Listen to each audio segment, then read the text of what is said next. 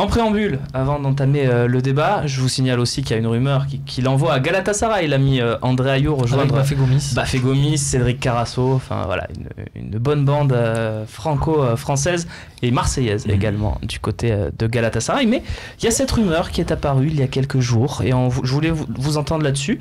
Êtes-vous pour ou contre un retour d'André Ayew, tout simplement, voir le sondage? Non, on le verra à la fin. Tiens, d'abord je vais vous écouter vous et après on regardera ce que les lecteurs du Phocéen en ont pensé. Antonin, est-ce que tu es pour ou contre un retour d'André Ayew? Je sais pas actuellement. Je sais pas actuellement le niveau qu'il a. J'imagine que ça reste un très très bon joueur. Je l'ai vu il y a en début de cette saison. Mais après de là, le faire revenir à l'OM, je trouve que c'est compliqué parce que ça ferait beaucoup de joueurs qu'on rapatrie comme ça à Marseille. Et je pense pas que ça soit l'objectif de Jacques-Henri Hérault et sa bande. Mais toi, tu es pour ou contre? Non, je suis contre moi. Je suis contre.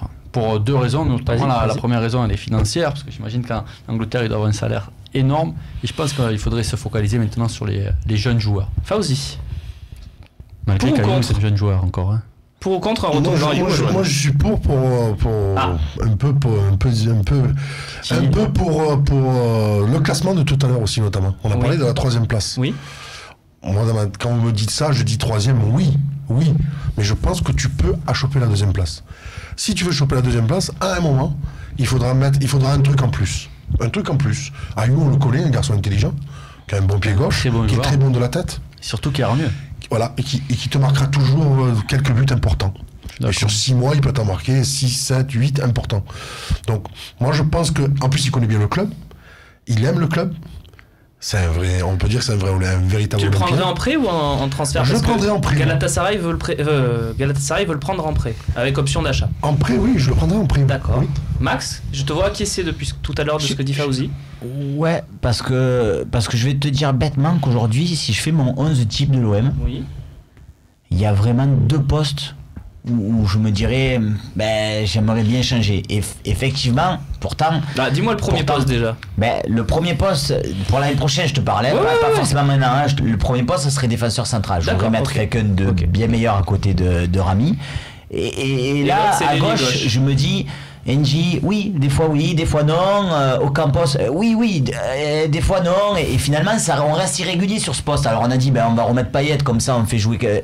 Mais finalement, Payet, ça va pas non plus parce qu'il est meilleur en 10. Donc quand je fais mon 11 type, vraiment celui qui jouerait éventuellement la finale de l'UEFA. Ayew, il aurait sa place. Là, j'ai un problème. Ayew, il aurait sa place. Je pense que c'est Ocampos le meilleur quand même. Parce qu'il a plus de. Bien sûr. Mais Romain. Ayew, Payet, Thauvin, il y a une année à l'OM où on les a eu tous les trois et où c'était plutôt pas mal en termes de rendement, même si c'était pas le même schéma de jeu, on était en 3-3-3-1.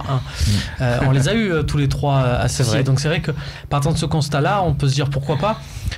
Tu parlais de la dernière journée du Mercato qu'on vivra. Voilà. Si on est là sur ce plateau à 22h30, 23h et que tu me dis il n'y a toujours pas de point de chute, on peut récupérer André Ayew en prêt pour 4 mois avec une prise en charge du salaire la moitié prix par West Ham.